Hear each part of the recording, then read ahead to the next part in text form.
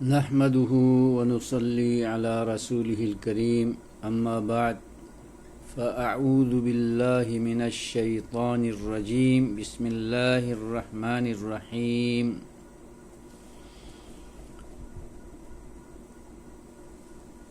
میرے محترم بھائیوں، بزرگوں، دوستوں، ماؤں اور بہنوں، السلام علیکم ورحمۃ اللہ وبرکاتہ۔ کئی روز سے آپ بھائیوں، بزرگوں اور دوستوں، ماؤں اور بہنوں کی خدمت میں قرآن کریم کی ایک ابتدائی اور چھوٹی سورت سورہ فاتحہ کے مختلف ناموں سے متعلق معلومات فراہم کر رہا تھا، اور ان ناموں سے اس سورت کو موسوم کرنے، ملقب کرنے کی وجہ قرآن و حدیث کی روشنی میں بتا رہا تھا، جو تقریباً مکمل ہو چکا ہے۔ اور اب میں آپ کی خدمت میں قرآن کریم کے وہ علوم، وہ موضوعات، وہ عنوانات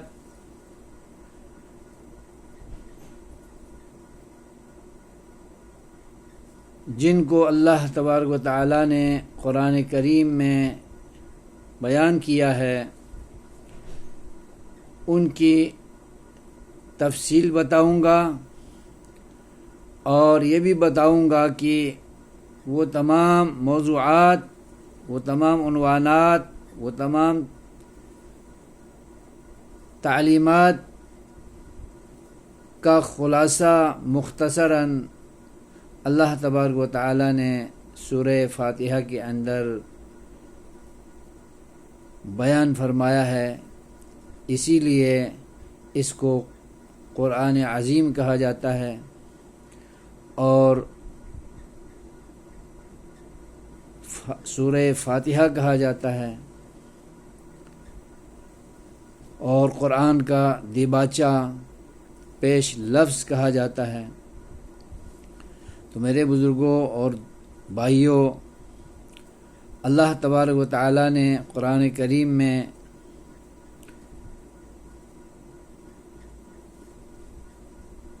نمبر 1 اپنے اوصاف، اپنی خوبیاں، بڑائیاں، عظمتیں، کبریائیاں بیان فرمائی ہیں۔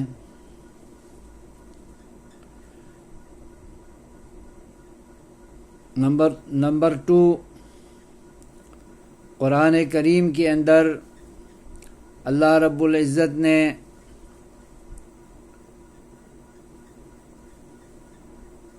عقیدے سے متعلق، عقیدہ توحید سے متعلق بہت ہی لاتعداد فرامین، بے شمار آیات اور بیشتر صورتیں نازل فرمائی ہیں، جن میں توحید کو اجاگر کیا گیا ہے، توحید کی اقسام کو بھی بیان کیا ہے، اور شرک سے پاک توحید کی ہمیں وضاحت بھی اللہ تبارک و تعالیٰ نے قرآن کریم میں بیان فرمائی ہے۔ اس کے علاوہ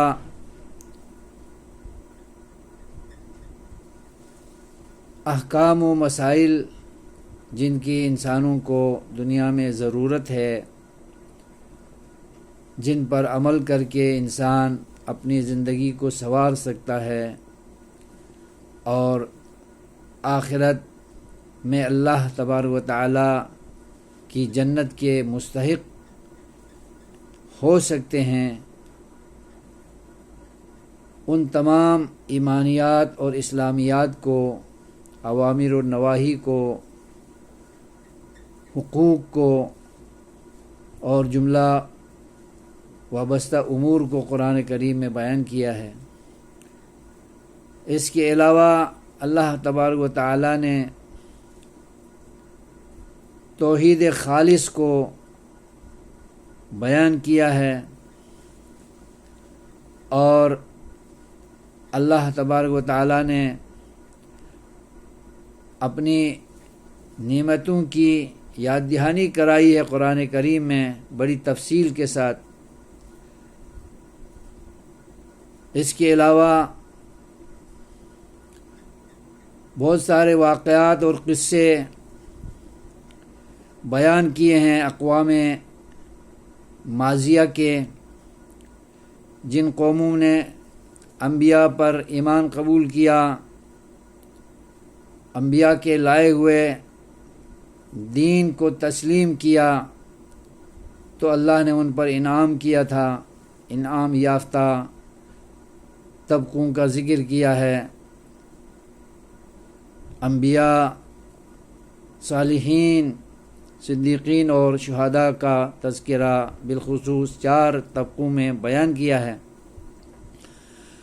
اس کے علاوہ اللہ تبارک و تعالی نے ان قوموں کا بھی ذکر کیا ہے جنہوں نے اللہ کے انبیاء پر ایمان قبول نہیں کیا تھا، اس وجہ سے اللہ نے ان کو عذاب کا شکار کیا اور ان پر اپنی پھٹکار اتاری، اور وہ دنیا سے مٹ گئے، صفحہ ہستی سے ان کا نام و نشان تک مٹا دیا گیا۔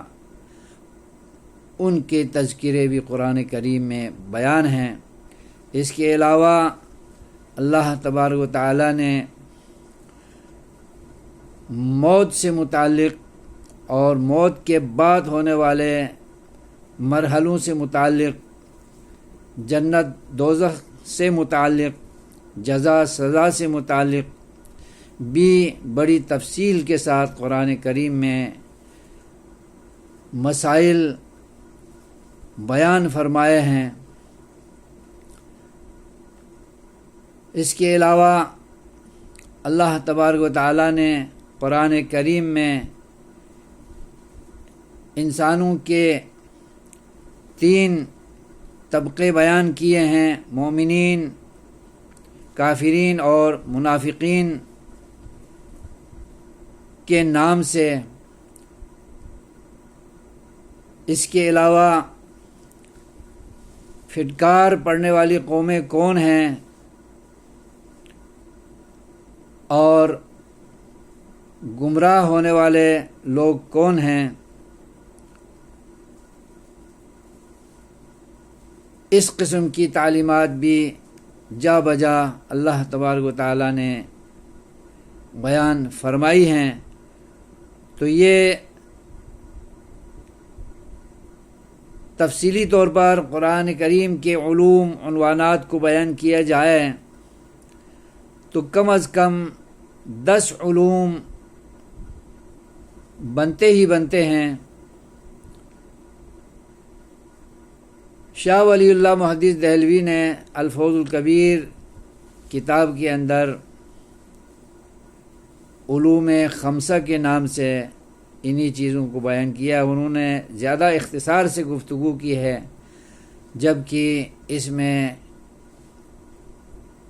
کچھ عنوانات کا اضافہ مطلوب ہے، اور 10 امور تک قرآن کریم میں مسائل و احکام، عنوانات، بیانات بیان کیے ہیں جن پر قرآن کریم مشتمل ہے۔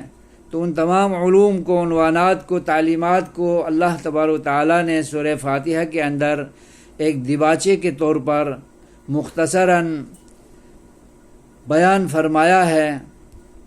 اس لیے قرآن کریم کی اس سورت کو القرآن العظیم اور سورہ فاتحہ یعنی قرآن کریم کا دیباچہ اور پیش لفظ قرار دیا گیا ہے۔ اللہ تبارک و تعالی ہمیں قرآن کریم کے جملہ علوم کو جاننے اور ان کو جان کر ان پر عمل کرنے، ان کے تقاضوں کو پورا کرنے کی توفیق خیر عطا فرمائے۔ وآخر دعوانا ان الحمد للہ رب العالمین۔ آخر میں آپ بھائیوں سے، دوستوں اور بزرگوں سے، ماؤں اور بہنوں سے عرض کرتا ہوں کہ میرے اس یوٹیوب چینل کو جو اجالا چاندنی امید کے نام سے ہے، جس کے ذریعے اسلامک اینڈ ورلڈ انفارمیشن میں پیش کرنے کا عزم رکھتا ہوں، آپ لوگوں کے تعاون سے اور حوصلہ افزائی سے میرا یہ چینل چلے گا۔ انشاءاللہ آپ کو بھی فائدہ ہوگا اور مجھے بھی براہ راست فائدہ ہوگا۔ اللہ تبارک و تعالی اس سلسلے کو جاری و ساری رکھے، آمین یا رب العالمین۔ والسلام علیکم ورحمۃ اللہ وبرکاتہ۔